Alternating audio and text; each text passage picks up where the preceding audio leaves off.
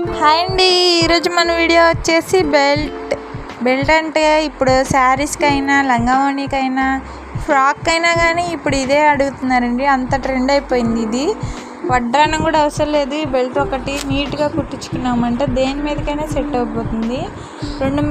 అంటే నేను లంగావోణికి స్టిచ్ చేస్తున్నాను. దానిలో ఉన్న పట్టు క్లాత్ని 4 ఇంచెస్ తీసుకున్నాను. దాన్ని 2 ఇంచెస్గా ఫోల్డ్ చేసి లోపల వైపు కుట్టేసి మళ్ళీ బయటికి తిప్పి దానికి లేసేసి చివరన థ్రెడ్స్ పెట్టాను.